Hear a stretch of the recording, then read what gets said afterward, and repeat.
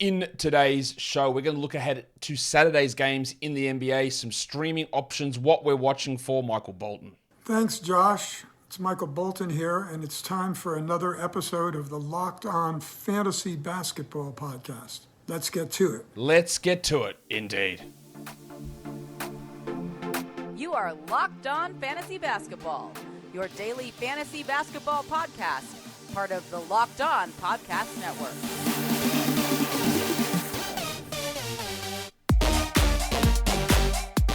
Hello and welcome to the Locked On Fantasy Basketball Podcast, brought to you by Basketball Monster. My name is Josh Lloyd and I am the lead fantasy analyst at basketballmonster.com, and you can find me on Twitter, as always, at redrock_bball, on TikTok at redrock_bball, and on Instagram at Locked On Fantasy Basketball. Today's episode is brought to you by Rocket Money. Stop throwing your money away. Cancel unwanted subscriptions and manage your expenses the easy way by going to rocketmoney.com/LockedOnNBA.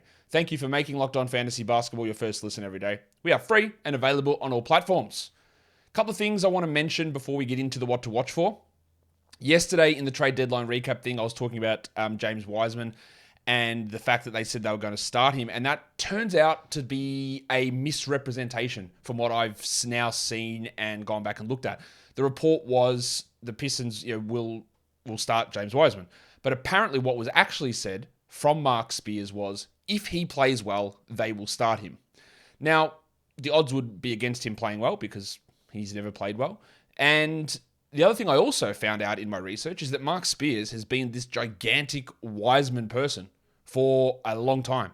He's always promoting Wiseman, man. Wiseman's untapped talent. Wiseman's this, Wiseman's that. I don't know if that's agent-based stuff. I don't know what it is. But he's like a massive Wiseman guy from things that I can see about Mark Spears. So, well, we definitely held on to Jalen Duren. The prospect of him playing next to Duren is ridiculous. Wiseman playing next to Duren.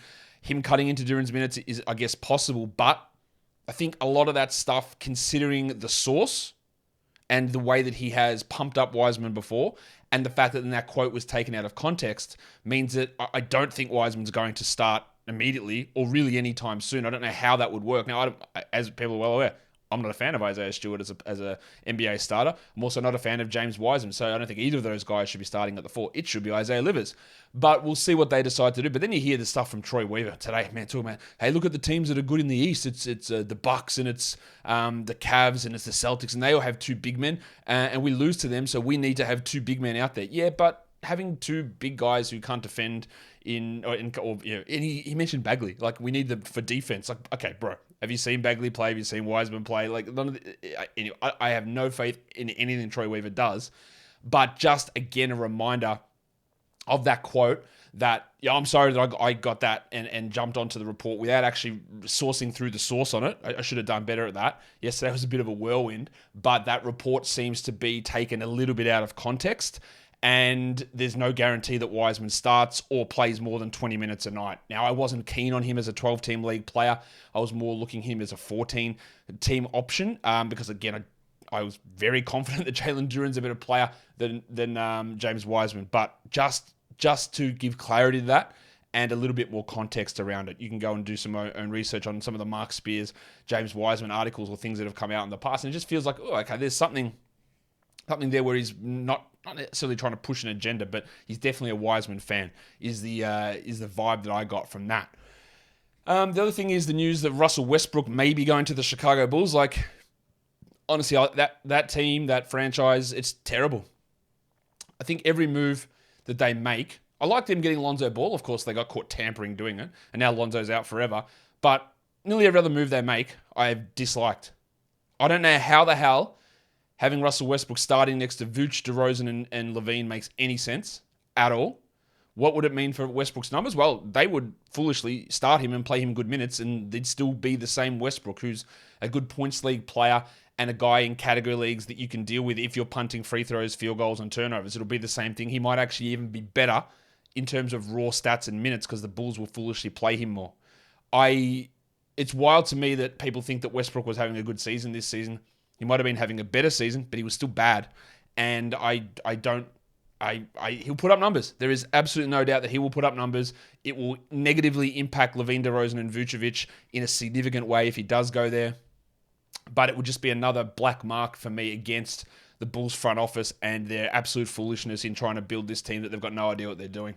And they are really moving close to being on my shit list of franchises and front offices.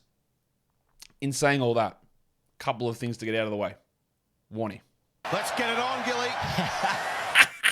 All right, so we're going to look ahead to Saturday. There are a lot of back-to-backs, and we are going to see some traded player debuts on Friday. We're going to see some on Saturday as well. So we're going to be talking about what we're looking for here and streaming options and all that sort of stuff. But it's a very fluid situation. The Sixers play the Nets.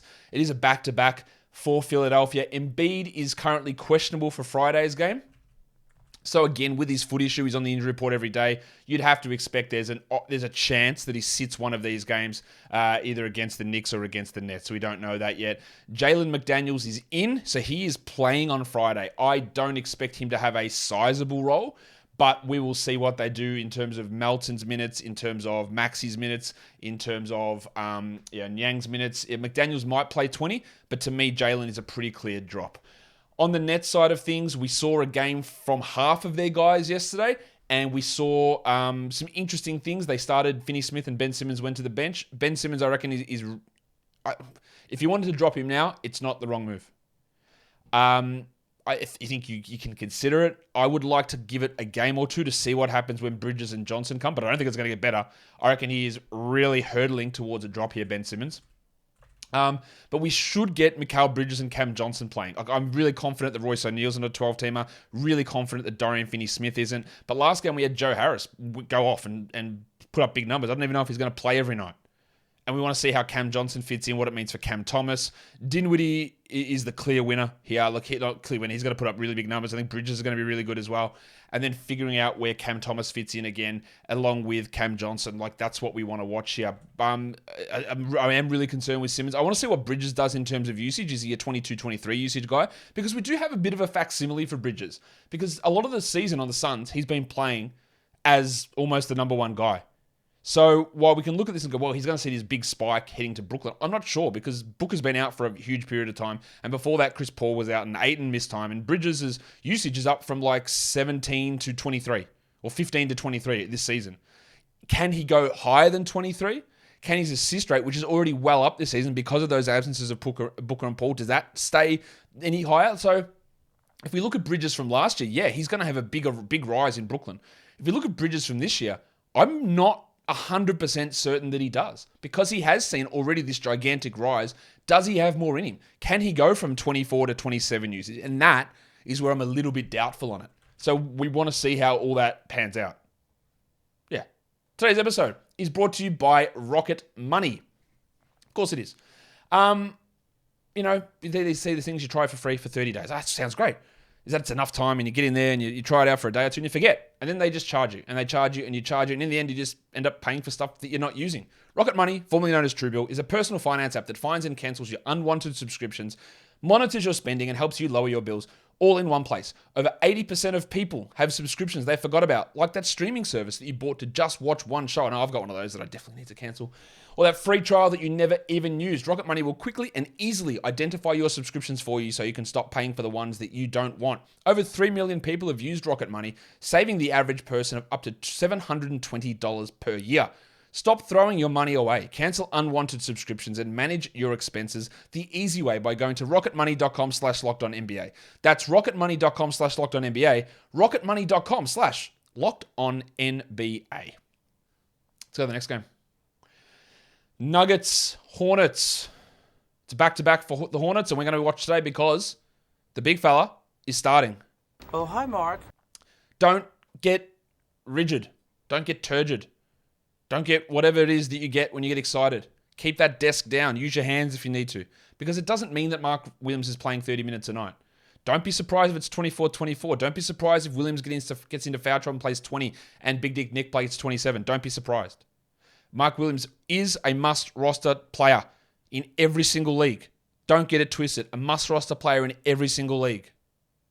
Nick Richards is a must-roster in every single 14-team league, and I don't hate grabbing him in 12s. I think there is something to be said for maybe having a crack. Now, would I add him over like a Kelly Olynyk or a Zach Collins? Probably not. Probably not. Because I think they've got a bit more security and minute upside. But Richards is one that we want to watch. Injury-wise, I don't expect Jamal Murray to play. I think they might sit him out until the break, but I'm listing him currently doubtful for this game. He is listed officially. I've said that he's out here. He is officially listed questionable, Murray. I don't think that he plays, but we want to watch that, of course. Oubre will be out. Tom Bryant is questionable after his trade. Well, I don't think we're going to get to talk about Tom Bryant much, so let's just hit the noise. Zeke Naji is off the injury report, and then you've got old mate Cody Martin, who's out again. Just rule the guy out for the season. What are we doing? He just kept ruling out game. How long has it been now? He's been ruled out game after game after game. Let's have a look. How long has Cody Martin been out here? Well, he played 1 minute to start the season, came back, and he has been out since the 16th of January. After playing 6 games in a row, he's been out since the 16th of January, and they rule him out game by game. That's really sick. I love that. Good transparency. On the Nuggets, I do want to see Bryant. Does he play minutes over Naji? Does he play minutes over DeAndre Jordan or Vlatko Čančar? Where does his minutes come from? And then Bruce Brown. Bruce Brown is really strong when someone is out. And usually there is someone out. But prior to the last couple of games, he's sort of dropped off a bit in that bench role, that 21, 22 minutes a night. I think he still is a 12-team hold just because of the upside when someone's out. But there is concerns about, on a healthy team, what he actually does. Pacers Wizards.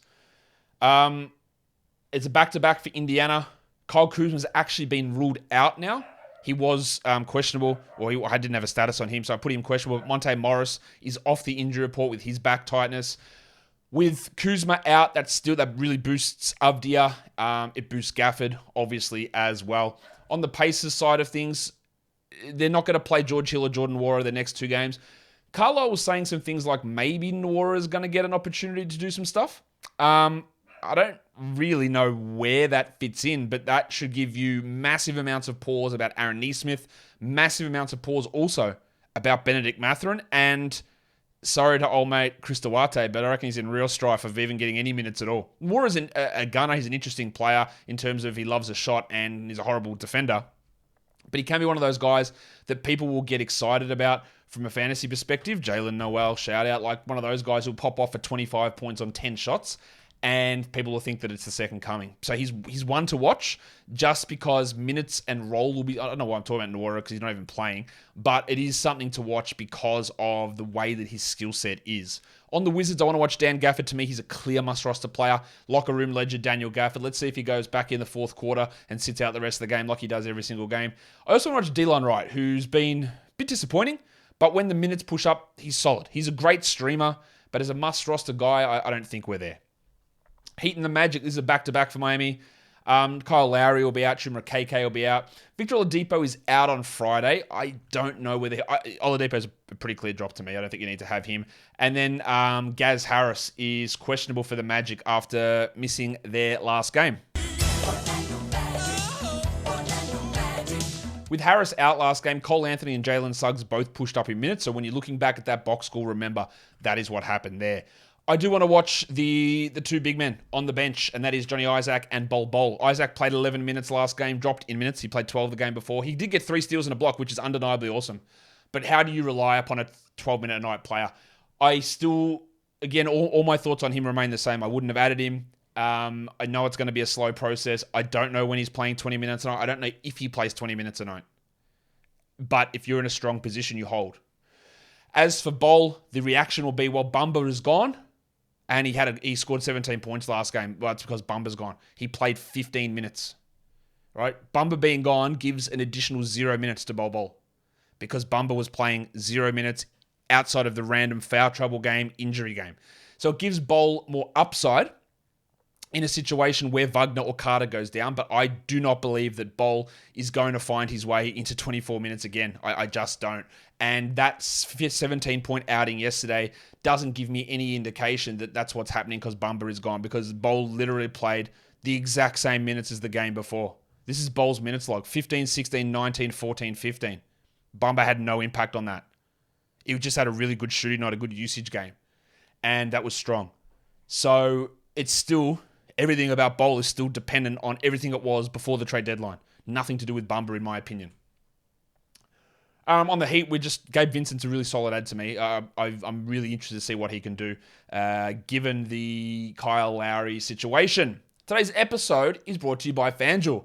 There's only one app you need at your Super Bowl party, and that's FanDuel, America's number one sportsbook. We're really excited about our new sports betting partner for Locked On because they're the number one sportsbook in America, FanDuel. And if you're new to FanDuel, that's even better. They have so many great features that make betting on sports fun and easy. Download FanDuel now so you can bet Super Bowl 57 with a no-sweat first bet. You'll get up to $3,000 back in bonus bets if your first bet doesn't win. FanDuel lets you bet on everything from the money line to point spreads, and to even who will score a touchdown. And we go and check for maybe the last time. No, I think one more time we're going to check on Super Bowl odds. Are the Eagles 1.5 point favorites? And the answer is yes, they are still 1.5 point favorites. But let's look at FanDuel's Super Bowl 57 specials. AJ Brown, 4+ receptions, and Travis Kelce, 5+ receptions, minus 200. Okay, so pretty likely then. What else have we got? Any player to have a 60+ yard reception, plus 300. Interesting. Any player to return a punt kickoff for a touchdown, plus 1,100. You can get all of that over on FanDuel. And best of all, you can get paid your winnings instantly on an app that's safe, secure, and super easy to use. So join FanDuel today at FanDuel.com/lockedon to claim your no-sweat first bet on Super Bowl 57. That's FanDuel.com/lockedon. Make every moment more with FanDuel, official sportsbook partner of the NFL. And don't forget to gamble responsibly. Let's go to the Jazz and the Knicks. This is a back-to-back for both of these teams. For the Jazz, Jordan Clarkson's out on Friday with an illness. The man on the street is now the man in bed. JordanClarkson. So he is out. That really gives big opportunity for Taylor Horton-Tucker. Horton-Tucker's a solid 14-team league guy as it is, pushing into 12-teamers. I actually think he's more valuable than Agbaji, as I've said many times so far. Someone left a comment, hey, why hasn't anyone spoken about Horton-Tucker? I know it's impossible to see everything that I talk about, but I have spoken about him, so that's why I'm making a point to talk about Taylor Horton-Tucker again. Some really interesting value for him as a 14-teamer, maybe 12-team streamer, especially if Clarkson remains out. Damian Jones is out Friday, as is Juan Toscano Anderson. There is a chance that Damian Jones is the backup center behind Walker Kessler. Yes, Olynyk will get some of those minutes, but it's either Damian Jones or Udoka Azubuike. And if Kessler gets in foul trouble and they need one of those guys and they play 20 minutes, Damian Jones can be a 20-minute fantasy guy. It's just a rotation to watch. It's a rotation to watch. Josh the Hitman Hart won't play for the Knicks. He has passed his physical. He won't play on Friday, but we don't know about Saturday. And how his role looks compared to Grimes, compared to Quickly, and compared to Barrett is very interesting. He's a very big Tibbs guy, Josh Hart. He also adds more spacing concerns into that starting lineup if he's playing 37 minutes a night because he just doesn't take threes, and when he does, they don't go in. We're still holding him. I don't think you need to hold Quickly and Grimes because they were fringe guys anyway, and they have to lose value. They have to. Maybe I'm wrong on that, but I can't see how you can add a player like Josh Hart, who is going to play minutes, and players don't lose value. 0 minutes went out, at least 25 came in. At least. And McBride was only playing 10. So someone is losing minutes. And if Grimes even loses 1 to 2 minutes, he moves away from being a fringe guy to being what am I bothering with this guy for? Mitchell Robinson will be out until after the All-Star break, which we already knew. The Spurs and the Hawks. The Spurs are on a back-to-back here, and they have everyone out on Friday. No Keldon Johnson, no Jeremy Sohan, no Romeo Langford, no Trey Jones. Romeo Langford is turning into the Cody Martin situation. He was hurt on the 23rd of January. They said, man, he's going to be out a long time. And they list him questionable every single game. Like, I ruled him out for like 3 weeks initially. Then they said, no, he's questionable the next game. And now they just keep ruling him out. I don't know why they bother lying. What's the point? Just tell me he's out. I know that he's out, but just tell me he's out.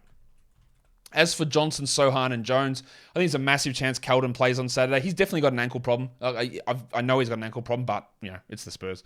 Sohan and Jones, I don't know. There is a chance that they play, but what we're really going to look for there is, what happens with someone like Devontae Graham, who's playing, but he could have a really big role. He is coming off the bench on Friday, but he could be an interesting streamer in this situation. On the Hawks side of things, we've got the depressed penis coming across. There's Aaron Holiday, who is dealing with an illness. There's Bruno Fernando and Garrison Matthews. I think there's a chance Bay plays, but I don't think you need to hold him in 10 or 12-team leagues. He'll come off the bench. He's not going to play as many minutes. He's probably like a 22 to 24-minute-a-night player who needs a ton of usage and a ton of minutes to be a 12-team league guy. And, he's not going to get him in Atlanta. So, he can be dropped. But what we do want to see is what that impact is on Bogdan Bogdanovic, whose minutes have been sort of trending downwards. He only played 22 last game, Bogdanovic, and Bay is going to take some of that playing time, and that probably is going to make Bogdan a drop. And I also want to see what it does to John Collins. I'm not dropping John Collins, but adding a wing like Bay who can play the 3 and the 4, meaning that you can have someone to play alongside DeAndre Hunter, meaning you can play more of that situation where Collins doesn't have to play as much. That could be an impact. The other impact that it might have is instead of all 48 minutes going between Capella and Okongwu, it might mean that they feel more comfortable playing some minutes for Collins at center, limiting Okongwu and Capella. I'm not fully on board with that, but it's something for us to watch. Because if that goes down to 24 minutes Capella, 19 minutes Okongwu, because they're playing Bay and Hunter at the 4 more, that's going to be something for us to watch and pay attention to in terms of the value of Okongwu, the value of Capella, the value of Collins, all those guys. There's a ton up in the air there. The Bulls and the Cavs. Cavs are 4-point favorites in this one. Javonte Green will be out. Lonzo Ball will be out. The Cavs they're on a back-to-back. Rubio's out on Friday, so he'll play. And otherwise, they're okay, apart from Dylan Windler.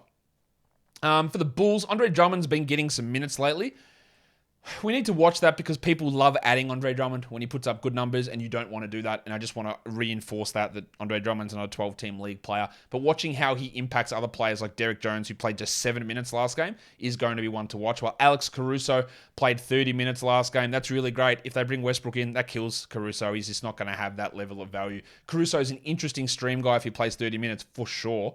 And could be a 12-team league player, but I'm really worried about them screwing it up. Oh, yeah, by the way, I don't think I've done this, but Patrick Williams. Get that garbage out of here! He played 14 minutes last game because he was bad. The coach's decision, no injury. They said, he sucks, see you later. We're going to play DeRozan as the 4. And that worked well because they lost to the Nets, who had no one in their team. Let's go to the next one. It is the Lakers and the Warriors. No spread at this point. We know Curry is out. Mo Bamba is out. 1, 2, 3, 4, 5. Because he's suspended. And we're expecting D'Angelo Russell, Malik Beasley, and Jared Vanderbilt to play. LeBron missed last game. He's officially questionable. And you're going to be shocked to know this, but Anthony Davis is probable every single game. Every single game this would be the case. I told you guys that LeBron has no chance playing on Thursday against the Bucks. That was obviously true. And I said, look, I'd be really worried here now that LeBron's broken the record about... Now, I think it's very, very clear that I state this because I see things get misrepresented all the time. Much like I misrepresented Mark Spears before, which happens. So I'm going to be really clear on this. When I say that I'm a bit worried about LeBron, I am not saying LeBron will be shut down. I am not saying that his season is going to be over after the All-Star break. I'm not saying any of those things. What I was saying is that I think that you're going to see a couple more games set out for LeBron, especially on back-to-backs, now that the record is broken. And because his ankle is actually injured, I think there's going to be some more games off. But with them making these moves, Russell, Beasley, Vanderbilt, Rui, Bamba, getting all these guys in, it does mean that they are a significantly better team, and they need every win they can get to make the playoffs. Now, if that still doesn't work and they're still not going to make the playoffs, I'd still be watching for LeBron to sit way more games down the stretch. But those moves, making this team significantly stronger, I think actually helps LeBron in the short term. But he is actually hurt. That he is injured. So that is something to watch. I want to watch Rui Hachimura, not because I like good basketball, but because I want to see where his role is. Been pretty clear on him as not a 12-team league guy. I remain staunchly clear on that. He is not a 12-team league player. And I also want to watch Malik Beasley, but that's just code for how does Beasley fit in with Schroeder, with Reeves, with Brown. Lonnie Walker's going to be sitting in his tracksuit. Like, we're going to see how all of this rotation hopefully plays out in this game. And I'm not sure that Beasley or Vanderbilt are going to be must-roster players. I'm not sure with that at all. For the Warriors, I want to see the Dante DiVincenzo minutes. I think the addition of Gary Payton is going to hurt his value while Steph is out. I think he's still okay to have Dante, but Payton is going to impact him. I don't know if Gaz is going to play in this one, but we need to see that impact. And then Kevon Looney played like 14 minutes last game. He's rostered in an exorbitant? That's not the right... Exorbitant, that's the right word. Amount of 12-team leagues. Why? Why are you rostering him? I guess it's for big rebounds and low turnovers. I added a guy for low turnovers. DeMarcus Cousins has worked out great. He hasn't got any all season. It's been great for me. Killing it in that category. Looney's not, I don't believe, a 12-team must-roster player. He's really strong for rebounds, but he's not a must-roster player. There was a level of sarcasm in that. I hope you got it. Mavs and Kings. Back-to-backs for both teams. Luka won't play Friday. He's going to play Saturday. So then we're going to get a real opportunity to see what happens to Bullock, what happens to Green, what happens to Christian Wood. Where the hell are Christian Wood's minutes gone? What's going to happen with them? Big thing to watch. Bertans will be out, Clear will be out. And of course, the Kings, no one's out. No one's ever hurt on this team. I hope for them and their fans' sake that they don't get a rash of injuries all happening now. Because the West got stronger, they didn't. And if they get injuries, could be really bad. I do want to watch Kevin Huerter, though, because he has stunk lately. And Malik Monk's playing well. A straight swap of Monk for Huerter in your fantasy team probably isn't the wrong move. I added Monk in a couple of spots. I don't think I had Huerter anywhere. But they're going to go back and forward. Much like Keegan Murray and Harrison Barnes are going to be up and down and up and down. And finding out when they're good is tough. Category League streamers for Saturday. The number one guy here is not a streamer, but he's still rostered in 42% of leagues, so he headlines my list. Add him. You're tearing me apart. Oh, hi, Mark. Mark Williams, please. Don't sit on your dicks anymore. Go and add him. Dan Gafford, must roster player, I think. Isaiah Hartenstein, absolutely worth an ad. Zach Collins. Look, these first 5 names on this list, they're all big men, I know that, but they all should be rostered by somebody in your league. Mark Williams, Daniel Gafford, Isaiah Hartenstein, short term, Zach Collins, Kelly Olynyk. All should be rostered. Josh Green's a good streamer because his value in steals and watching his minutes will be interesting. I don't think Josh Green is an absolute must-roster 12-team league guy, but he's totally okay to have. I think he's going to settle into the role of we add him for 12s and we drop him, and Dylan Wright is short of stuff. Alex Caruso, good stream. And then, actually, Dylan Wright's on this list as well. So Dylan Wright is an option to stream in as well with that Kuzma absence. For deeper leagues, Andrew Nembhard, Isaac Okoro. I actually think Okoro is a 12-team option as well for a stream. Jericho Sims there. Big Dick Nick Richards. I talked about him at the start. He's an interesting stream for 12s.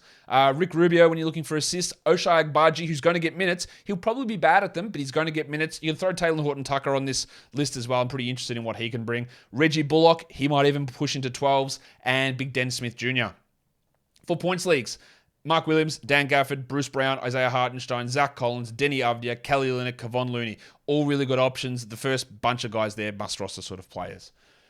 And then we look at the next 4 days. We have got one high volume day between Saturday and Tuesday, and that's on Monday. So is there any team that plays 3 high volumes in the next 4 nights? The answer to that is no.